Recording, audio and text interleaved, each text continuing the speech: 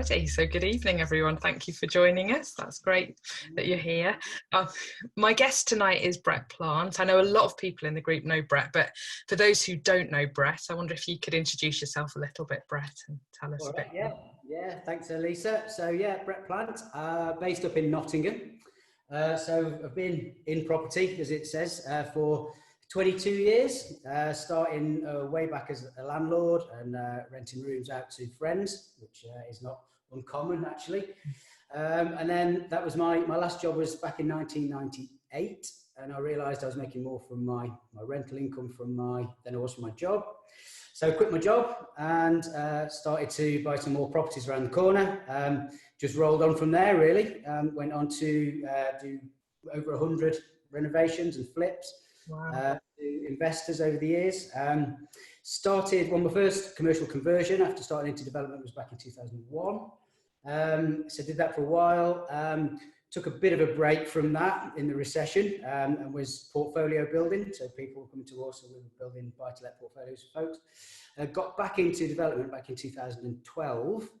And I suppose that's where it's a little bit more relevant now. So that development was for the housing association. And there's a care provider involved with that. And that kind of got me an introduction into that sector, that market. Was that something you set up, Brett, or was that sort of just happened accidentally, or?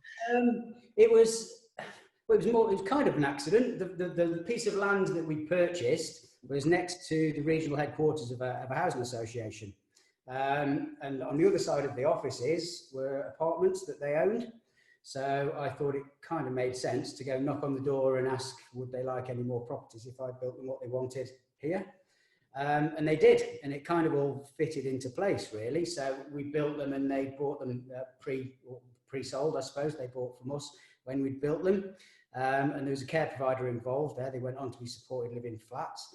And that kind of just got an introduction for me really and piqued my interest.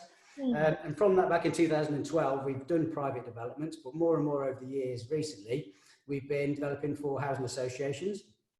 And by that, I mean for housing associations where we build for them and they retain the properties. And in more latter years, so probably 6 years ago, we started to build and retain and rent the properties out to housing associations. Again, they went on to be used as supported living. So we've been involved in that part of it for a while. Very recently, and kind of been speaking about this end of last year, but in lockdown, we've really ramped it up and started our own care provision. Simply because I think we can do certain things better. We'll perhaps have a chat in a minute and I'll tell you about why and why it interests me and why I believe there's better ways of doing things. So yeah, that's me in a kind of nutshell. But, over to you. No, that's brilliant. That's great. So you found it was like a natural progression from developing properties for supported living, because you've also done general needs development as well, haven't you? When you're talking about housing associations. Yeah, that's right. Yeah, core housing, general needs. Yeah. Two of the projects that we've done have gone on to be supported living, but with the housing association involved. And others we've retained for ourselves and obviously leased out to a housing association. So how did that happen? How did that lead into you being involved in the care provision side of it then, Brett? Well, I can give you a bit of a story, I suppose, really, is why I think we think we can do it better, quite frankly. About 3 years ago, we were halfway through a lease with one of our properties. And so what I'm going to say now, I don't want to scare anyone. I really want to actually spend a little bit of time because it gives people a warts and all view, and this I want to come on to about sustainability and how to do things in a certain way and how to avoid pitfalls. But we've got a couple of blocks of apartments that we lease out to a well-known national housing association providing supported living, and for the first 2-3 years of the lease it was going great, but there was getting an escalation of antisocial behaviour, unfortunately. One evening, an incident escalated within the property, and unfortunately, one of the residents actually got stabbed, and unfortunately died. He passed away, and the result of that was obviously it was an individual that died, and the other individual is in prison for 10 years. And it really stuck with me for a while. And I thought, well, we provided the property for you and you're supposed to be supporting these people and you know, this is where they live, and it's definitely not support, and I'm not sure it's living, you know. So it just frustrated me, to be quite honest. That's not quite the wrong word. It weighed on my mind. Why are you given the opportunity to look after these individuals, to support them and keep them safe? That's the core thing, isn't it, I guess? Yeah, it's not through lack of funding. The money is available to do things in a certain way. And I thought it was, well, a bit of a disgrace, to be perfectly honest. That should not happen under any circumstances. So since then, I've been wanting to start my own care provision and be more responsible for how things are done. And that's really escalated to not only in my own properties, but across the sector, really. There's, in my opinion, better ways of doing it, better ways of getting the best for your residents, for your staff that work with the residents. And that's where we're coming from. And that's just what's happened to me personally, and I've been involved in personally. And it just sort of puts you on your back foot a little bit. And you think, you know what, this isn't good enough, quite frankly. So yeah, and that's really interesting, because I think a lot of people are so busy getting the properties established, getting the relationships built up, focusing on that, handing it over and thinking, right, that's it, brilliant, job done, I don't need to think about it again. That's, you know, and if you've got the right partners and you're working with the right relationships, that's how it should be. However, what you're saying is that's not always the case. It's not always the case, and like I say, perhaps it'll just flow on to the, you know, sustainability. Yeah. The reason I say that is because, you know, things can go wrong. Yes, you sign a lease and it's great, but things do come up along the way. That's one quite extreme incident, unfortunately, but there's been others. There's been other bumps in the road. And I'm talking about national HAs here. I'm not talking about the smaller players. And incidents occur, problems occur. And even with the smaller individual housing associations, you know, we have other frustrations, I suppose, where we might not get paid when we thought and things like that. And this is definitely not to scare anyone off, because it's a fantastic sector to be in, and we can be so impactful, we can make such a difference. But I do also want to ensure that people do things in the right way to be sustainable, to keep things for the long term, and then go on to impact as many people positively as possible. Because if that had happened and we hadn't have been set up to ride through that, that would probably be the end of our relationship with that housing association. We still do some stuff with them, actually, but clearly things have had to be refined and improved. But if you're not doing things in the right way, you're going to lose heart. Your business isn't set up financially and robustly to carry on for the long term. And that's what it's all about. It needs to be for the long term for us, for our family, for our legacy, but for the people and the businesses that we're involved in. So that's why, for me, doing things right is really, really important. Having a reality check, and being ready for the downsides, but obviously wanting and working to the upsides. Yeah, absolutely. And I think that's really, really key, because so many people are talking about supported living as though it's this nirvana, it's the answer to everything. And yeah, it's a great strategy, and there's a lot of upsides, but like you're saying, there's a lot of frustrations and, yeah, politely put bumps along the road. All the punches, haven't you? You definitely have. Yeah, absolutely. So tell us, go on. No, get it right, and it is really rewarding. Just to add a little bit to that, I think clearly to avoid any incidents like that is obvious. It's a no-brainer. That has to happen. I also got involved more because I want a more direct impact. Now, we did some great work, and we still do a lot of work with housing associations. That part of the business is doing what it's done. So we go out, we build core housing, general needs, and we've got great and growing relationships. We've got several sites that are being built out now for them. But there's the middle entity is the housing association, so we do work for those, and those guys go on and house people. But for me, it was starting to feel one step far removed. Be more hands-on and be more involved. We can have a direct impact, and that's really, I realised for me that was really important. For example, we got a letter from one of our residents last week that my business partner, Israel, so big, I need to say a big doff my cap to Israel, because he's a fantastic man. But he sent me a letter that one of our residents had sent me, and just to say thank you for letting me be part of your family. You know, I feel really safe in our house, and for the first time I feel like there's a life out there. And well, it's fantastic. I would never have had that going through a housing association and developing these larger sites. And it's that's really important to me, I think, and we'll come on to that, what really strikes a chord for us as individuals. It's so important. And that's just an example, and there are other examples as well of things that you think, yeah, do you know what, this is why I'm doing what I'm doing. Yeah, absolutely. I think always feel like I need to put some caution in here, because as most people know, my background's in nursing, and I've spoken to lots of property people who go, love the idea of supported living, it'd be great. And people have this image of being able to pop round to their properties and have a cup of tea with the people, their tenants, and making this huge impact, and not necessarily understanding perhaps the complexity of the needs that some of the people might have, the challenging behaviours that might be, you know, that it's not necessarily that simple, and actually they don't have those skills or that level of understanding to have that impact or that relationship with people. So I always feel like there's, yeah, you know, yes, I get entirely what you're saying, but you've set yourself up to do that with a lot of backgrounds, haven't you? And obviously we'll go into that more, but yeah, I mean, we'll go into it now, or you tell me. Yeah, go for it. I mean, I am definitely not trained and equipped like you are, and like Well, I don't think I am with a lot of the behaviours that we're talking about. What I am able to do is create the right environment and support people that are. So I mentioned my business partner, Israel. Israel's 25 years plus working in the care sector. Unfortunately, he couldn't be here tonight, but he is heading that part up, and we are drawing the right staff in. We've got a new manager start today, for example. So we're building from the top down, the culture, how we want it to be, with the right people with experience, qualifications, trainings.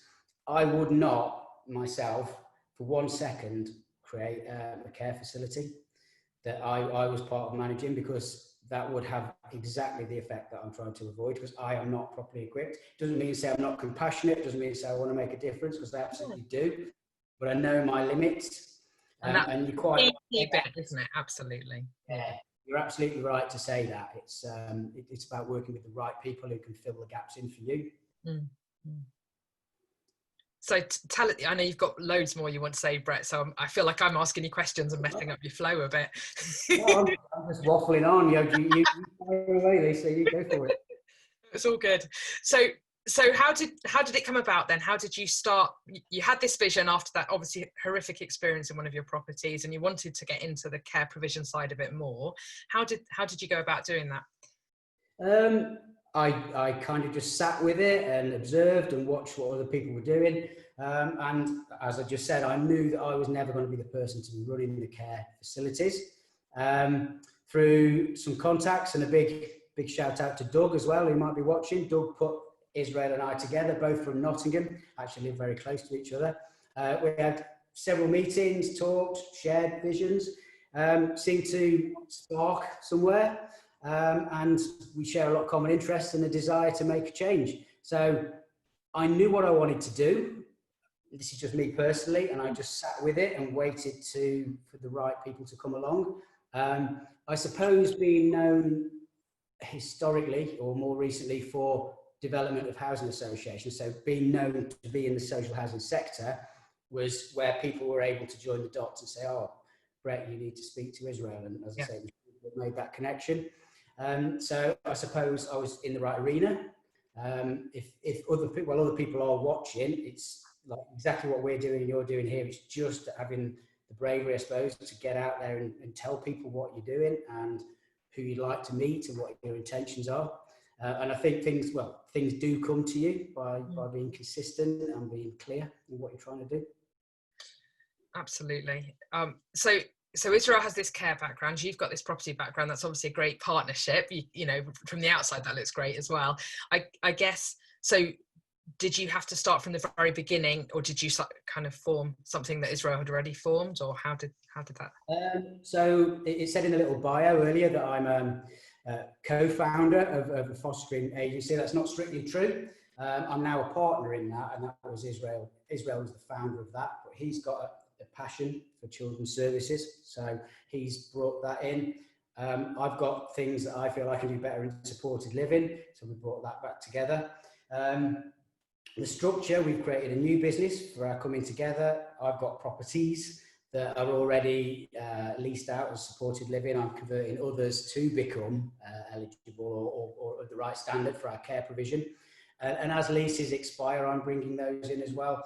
And we've got an acquisition program to acquire new properties. So it's a melding of what we've got previously, and the core of it is a new company that's come together, formed on the back of our discussions and where we want to go, really. So again, I suppose two people with similar lengths of experience in their in their careers. So by being involved in things for a period of time, you will have companies set up, bank accounts.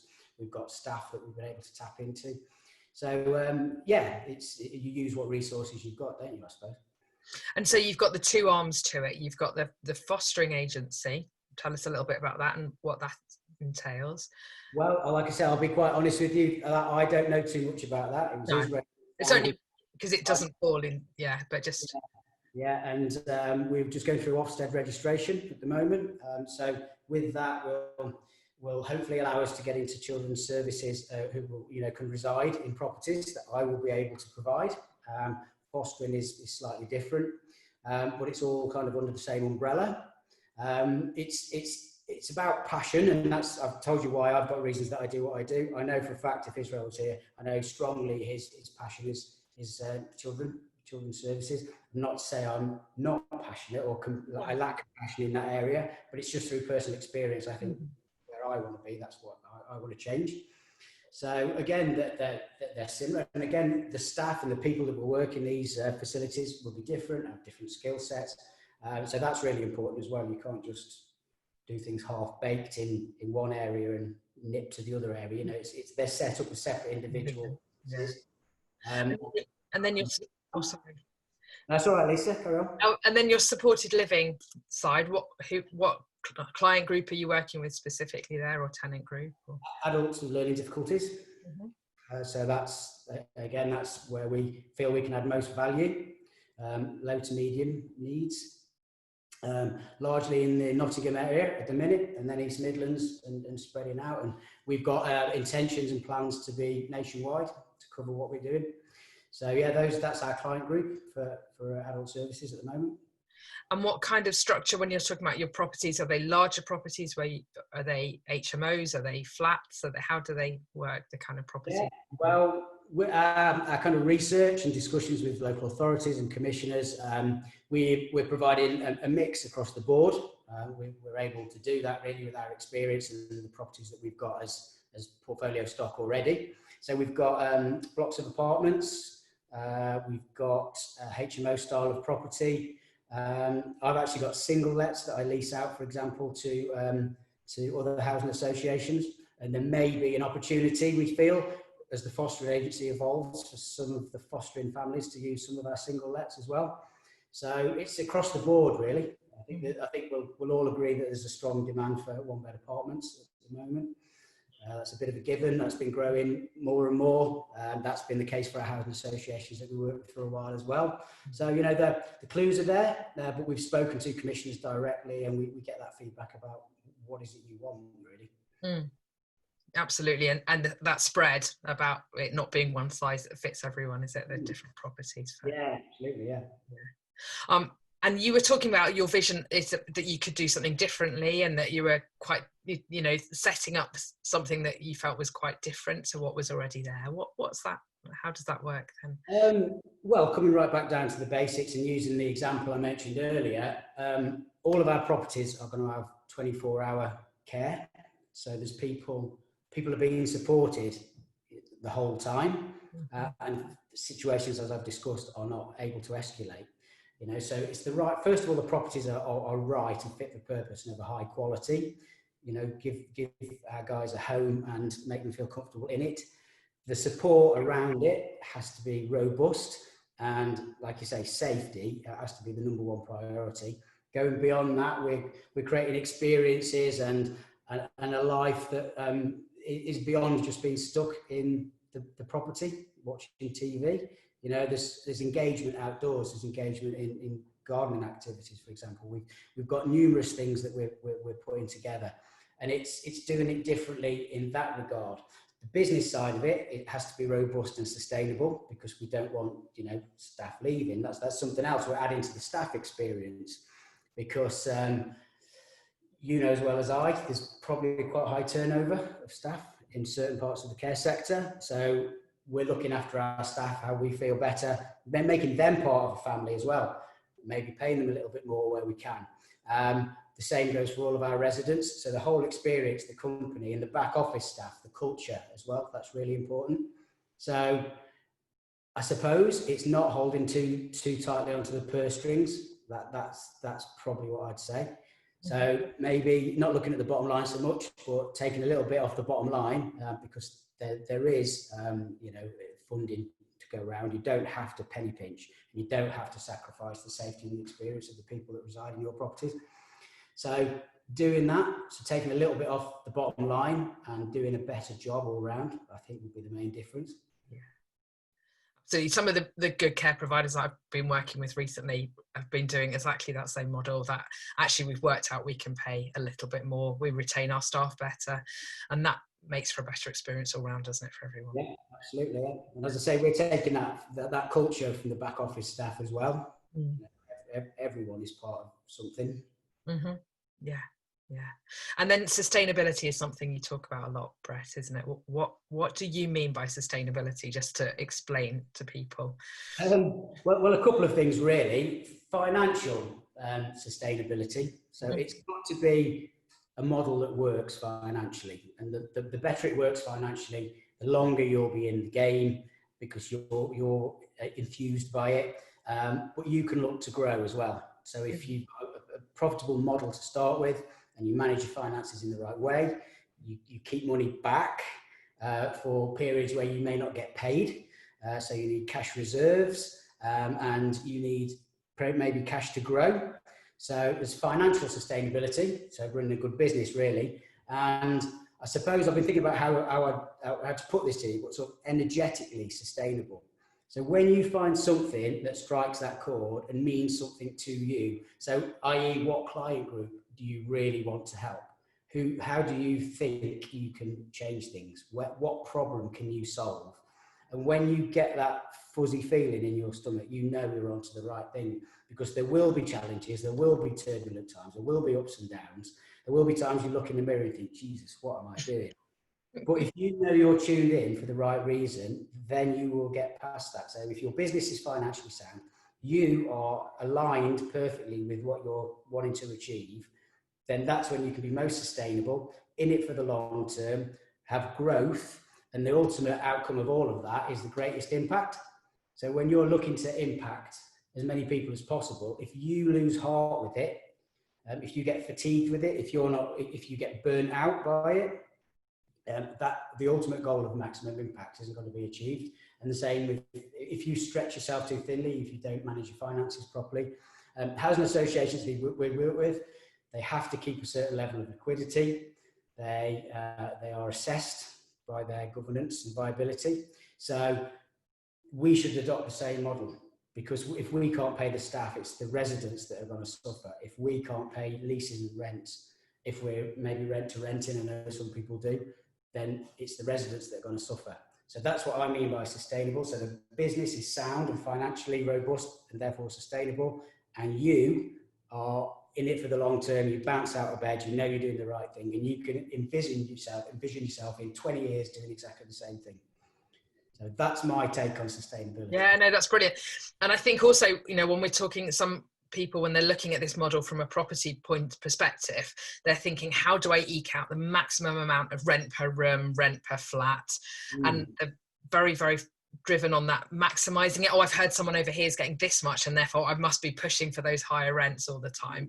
And I think that sustainability, like you're saying, that financial sustainability, is that actually perhaps the registered provider you're working with might not pay the highest rents, but actually they might be the one that's going to be around in 20 years time to sustain, do you think is that what your experience of that as well? Absolutely. Yeah. I think you're right. You're right what you said earlier. Choosing the right RP as the partner is really important. But yes, looking at their background, looking at their goals and ambitions, and not pushing them too hard, and setting them up to fail, I think is absolutely crucial. We've had a smaller housing association that we still work with, actually. Now, conversely, they manage their properties really well. We don't have any antisocial behaviour. We don't have any problems with the residents and the properties themselves. But we're frequently chasing them for late payments or missed payments. So you've also got to be financially robust enough to ride that wave. These are great guys and they're doing great stuff, but it's sometimes it can be difficult to get your housing benefit in. Sometimes there's delays. Sometimes there's juggling, you know. So we understand, but if we're all in it together, and you're not squeezing every last bit out of it, because housing associations, like anyone else, you know, they have a process. They have their own challenges to get their own money in. So I think not to see them as a cash cow is quite important, to understand what they're about, what their challenges are.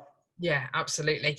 And when you're looking at, you're using housing association and RP kind of interchangeably, is that right, Brett? Just so people listen. Yeah. Just making sure that we're talking about the same thing.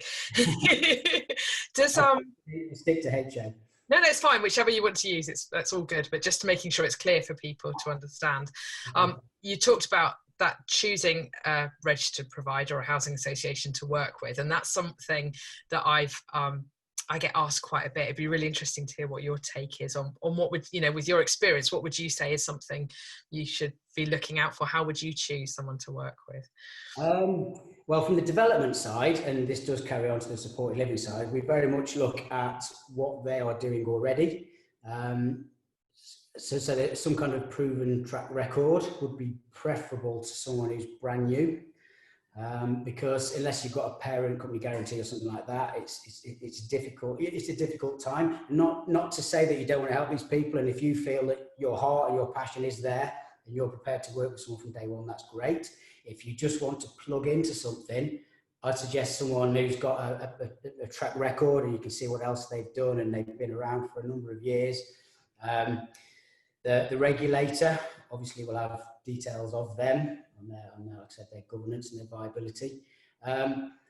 For me, I like people essentially, and I think to talk to the people that you are likely to work with and get on with them, feel like you're on the same page, and then cross-check it with the finances, the governance, their history, their trading record. That's kind of where I'd start, but that's me a little bit, because you can have someone who is financially robust, who's been around for a long time, but if you're not clicking with them and then you're entering into a 10-year lease, things will come up. It's not just going to be a hands-free lease where you don't speak to them again for 10 years. So I'd have a mix of all of those, really. I would strongly suggest that what leads you is that the nature of their work really aligns with how you want to make a difference. Yeah, that would be my kind of one-line answer, and then cross-check everything off after that.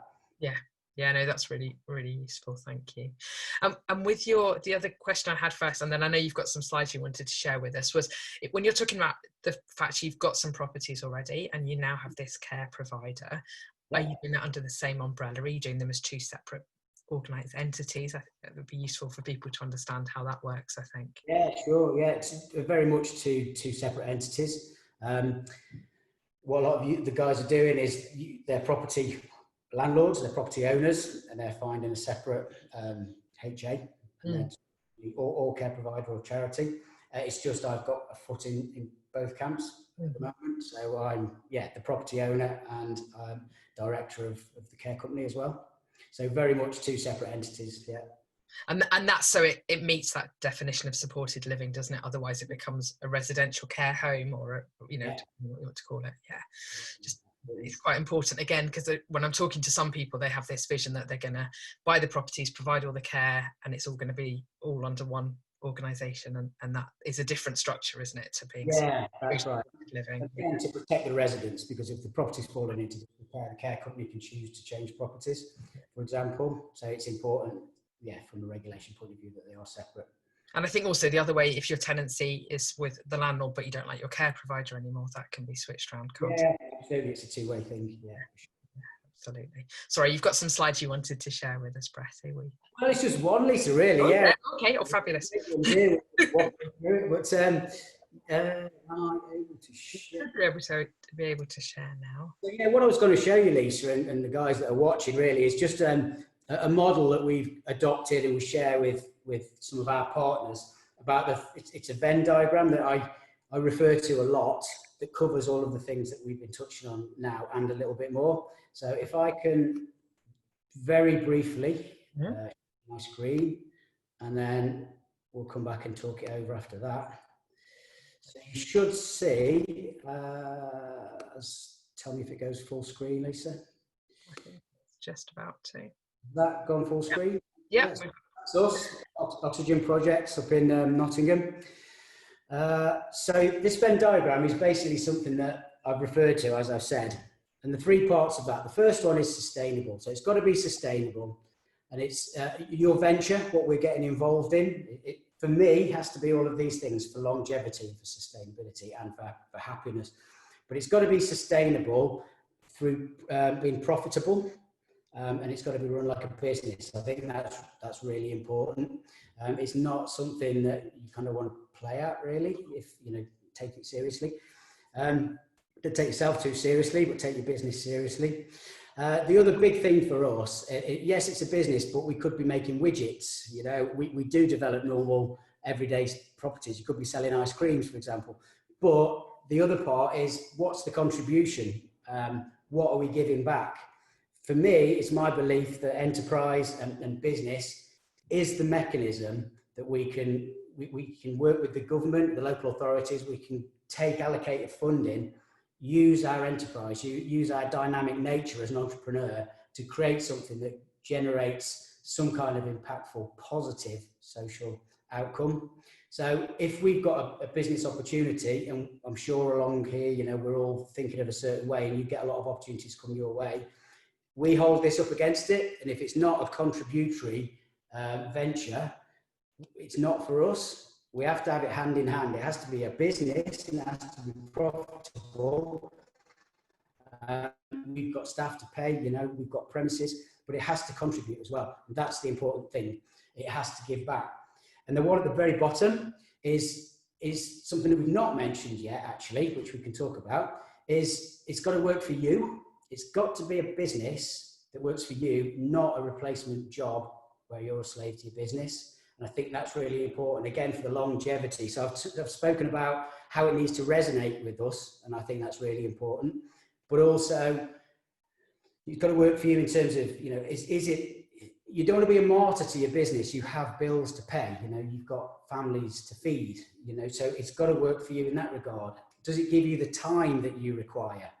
And is it going to give you the balance between time off, if that's what you want, or you might love your business and your idea of fun is being in your business, but it's through choice, not forcing you to be in it. And I think if you get all of those things right, I think the energy's right within you to keep going. And I think you sleep at night to know you've got bills paid and your business is profitable and going forward, and you've got the vision for the future backed up by robust financial, you know, bottom line. And for me, that's the way we need to go. And the contribution is the other part of it. So it's not just any old business, you know, we can all go and do something, but what is your contribution? What are you going to affect in the world around you in this fleeting visit on our planet? What are you going to do? So that's the kind of basis that we work off. And just as we've been talking earlier, Lisa, we've touched on a lot of these, to be fair, but it's for a reason. It's for us, it's thought out. And when I was developing properties previously, and even when I got into the housing association market, wanting to make an impact, I still didn't feel it was enough. And when I was developing properties just for rentals, it felt like there was something missing. It felt like, yeah, and you do one, and then you do another, and you do another, and it becomes just a bit of a drudge. There doesn't seem anything beyond it. And I've worked my nuts off in the past doing 80-hour weeks, and then you feel like, oh, I've had enough of this. I just can't, you know. So there's a reason for me, in my experience, that I feel to have that sweet spot in the middle is where you get everything that you want out of your business and give the most back and make the most impact. That's fabulous seeing it all laid out like that, Brett. It's really clear, isn't it? Yeah. Yeah, well, hopefully, yeah, it's something that we refer to a lot. So if I try and stop our share now, Lisa, and hopefully don't cut anyone off. Brilliant. Yeah. Right. Yeah, perfect. So, well, yeah, so that's just something we refer to all the time, and it's there for a reason. And I think it's if all of the guys, if they've got a vision, if they've got values, if they take time to write it out, take a step back and say, yeah, this is what's important, make some kind of reference to it like that regularly, keep yourself on track. The rest will become easier. What is your strategy? What is your target impact? What's your market? You know, these things will come naturally when you have things like that. You can use it to hold yourself to account almost. Yeah, I think, Yeah. yeah. If you've taken enough time and that is really congruent with who you are and what you want to do, you'll feel it if it's not, but that will always give you a clue. If you hold a decision up against that, is it this, this, and this, you won't go far wrong. And from the bottom part of it, and that's the bit we've talked about less, I think, so far, isn't it? About getting that balance right and the systemizing and stuff. Is there anything around there that you wanted to say particularly? Well, it's the part that's all about you, really. So your business has got to portray your vision and your values, and we've talked about that a little bit. What problem do you want to solve is something else that I'd say is really important. I've talked about what I think was not good enough. I know Israel feels there's massive improvements within fostering and a massive need and ultimately a massive issue there. So what problem can you solve? What is evident that you can make a change on with just creative thinking, just some effort, just, I hate to use the word sacrifice, but, put some effort into it, think differently. I think that's really important. At the end of the day, it is a business, we've got bills to pay, and break that bottom one down. What figures, what income do you need from your business? And what is that figure based upon? Not an arbitrary figure that pops out of the sky. Have you thought, right, this is the house I'd like to live in because that's what my family and I, it's about deserving as well. I had a real struggle with this, Lisa, actually, about being altruistic and thought, all right, to make a profit there, and then I had to put charity contributions there. And it wasn't until the last few years where the penny dropped and that I can do both. And it's okay to take a profit out of it. And then coming back to how much money do I or would I like? It's not all about money, but without it, like I say, we become a martyr. So breaking that down, what do you want? And do you want it to be more about lifestyle? And I would never say, I don't really like the term lifestyle business because it's got different connotations, but within this, do you want to be really hands-on? Do you want to be at the coal face all the time? Or do you want a business that kind of allows you some freedom? And if that's what you want, how do you structure it? Do you need staff? Do you want premises? It's thinking it through now in the short term, medium and long term. And if you've got, again, a long-term vision, a long-term goal of how it looks, it's a matter of putting the building blocks in place. What do you need to make this happen? The time element is something that a lot of people forget about, actually. It's not all about money. I think certainly millennials are much of the opinion that time and freedom is as important, and they are the workforce, basically, and I think we can learn a lot from millennials, actually. I think, I'm 46 and I'm at that generation. I'm not quite the baby boomers, I'm not quite millennials, but I think millennials can teach us a lot about how they do things for a lot more joy, a lot more pleasure, more satisfaction, and I think there's something to be learned from that. And taking time off or taking time out without guilt is something else that I've been learning somewhat. How to stay in your flow as much as possible is something else that I really like to think about. How, again, to add most impact, if you're not a numbers and detailed person, work with someone that is.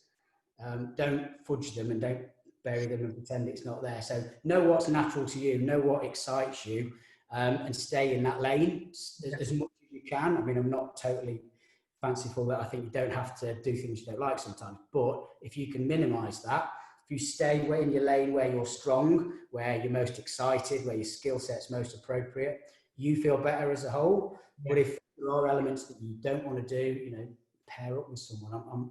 I've always been keen on business partnerships and bringing in complementary people. It's really absolutely, and that in itself makes the whole experience more enjoyable, more fun. You feel like you're in something together.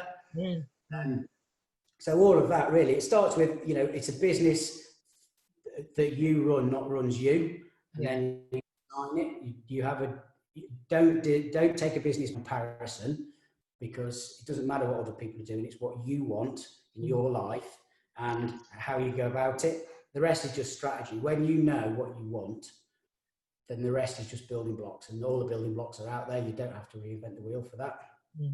So those are the kind of things that are really important. But if you get that right, you have more of an impact, because again, you're sustainable, you're passionate for longer, And if you're using the right people around you to fill in the gaps, make sure your finances are right as well.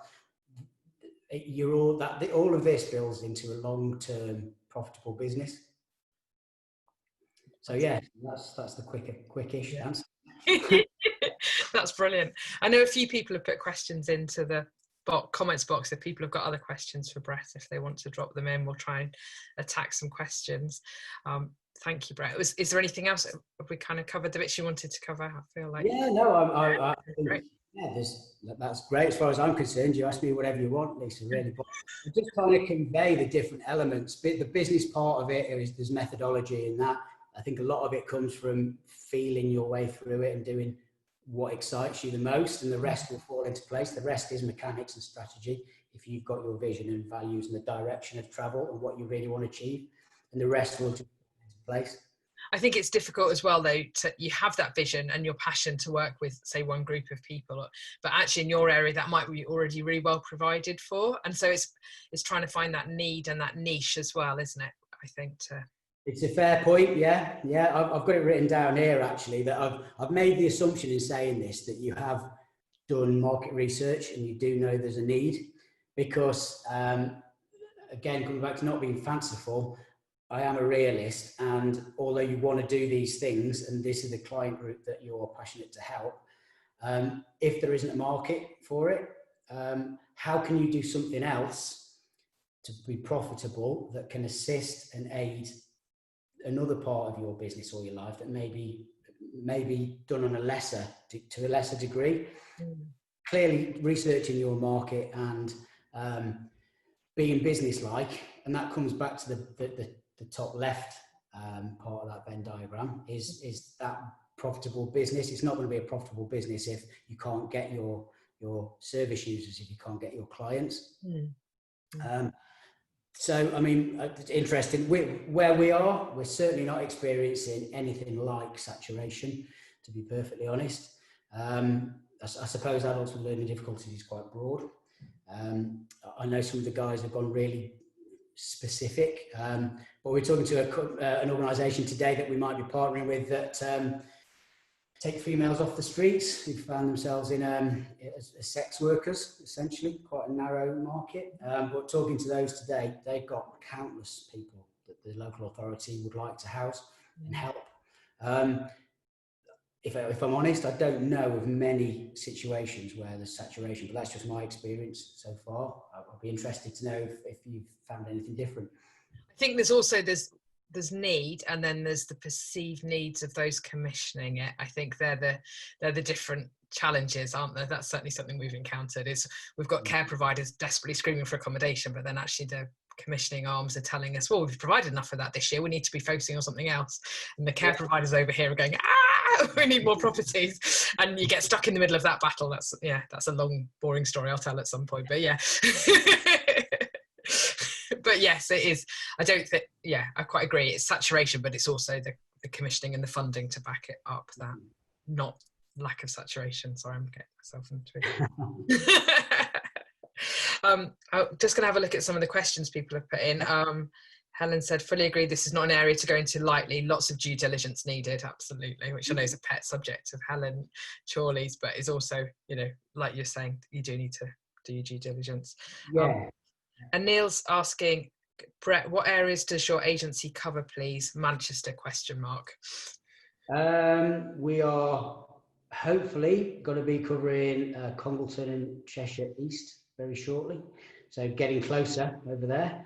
Over the next, 4.5 years is what's programmed in. We want to have a very broad coverage, perhaps not corner to corner of the UK, but certainly the Midlands and the Northwest, coast to coast, is pretty much on our radar. So Neil, we don't have anything in Manchester at the moment, but it's on the horizon, is the short answer. Perfect. Sean's saying, do you work with private landlords? Sometimes, and I'll tell you why I say sometimes. We've got a build program. And an acquisition program to fulfill the needs of the people that we want to take on ourselves. What's become evident around this point that we were just discussing is that there's more need for people to get a roof over their heads than our development team can keep up with. So as a result, just this week actually, we've taken a short rental. We have a short rental agreement with a private landlord to fill the gap while our properties are built out and made ready. Mm-hmm. So at the minute, we're not taking any long-term leases on other people's properties, but we are using them for sort of short-term solution whilst our development team keep up. Mm-hmm. But as we expand through the UK, I think this is going to need to be part of the strategy. For us so far, in our research and experience is showing us that there's more need for care than we can keep up with. So if we were to move into Manchester, for example, there's an acquisition process there, and I suspect we will get care referrals before we can build. So there will be a need to work with private landlords. And I think it also can build in some agility, can't it? So that actually, like, let's say the people you're speaking to today about working with the sex workers, if need is there now this minute, and the funding is there potentially, that means you can meet that need rather than waiting for something to be developed. And that is absolutely true. And one frustration with when we develop for housing associations is the time from the start of the project to actually seeing a house built and people reside in there. And it could be a couple of years quite easily. So you're right, that isn't a solution to what's required now. So you're absolutely right, and we're finding that as well. We're going to need to build that in as we grow. Yeah, no, that's brilliant. Thank you. I think we're done on the questions. So brilliant. Thank you. Thanks ever so much, Brett. It's been great you joining us tonight. Thanks everyone who's joined us, and we'll be back next week for another one. All right. Thanks, Lisa. Thanks, everyone.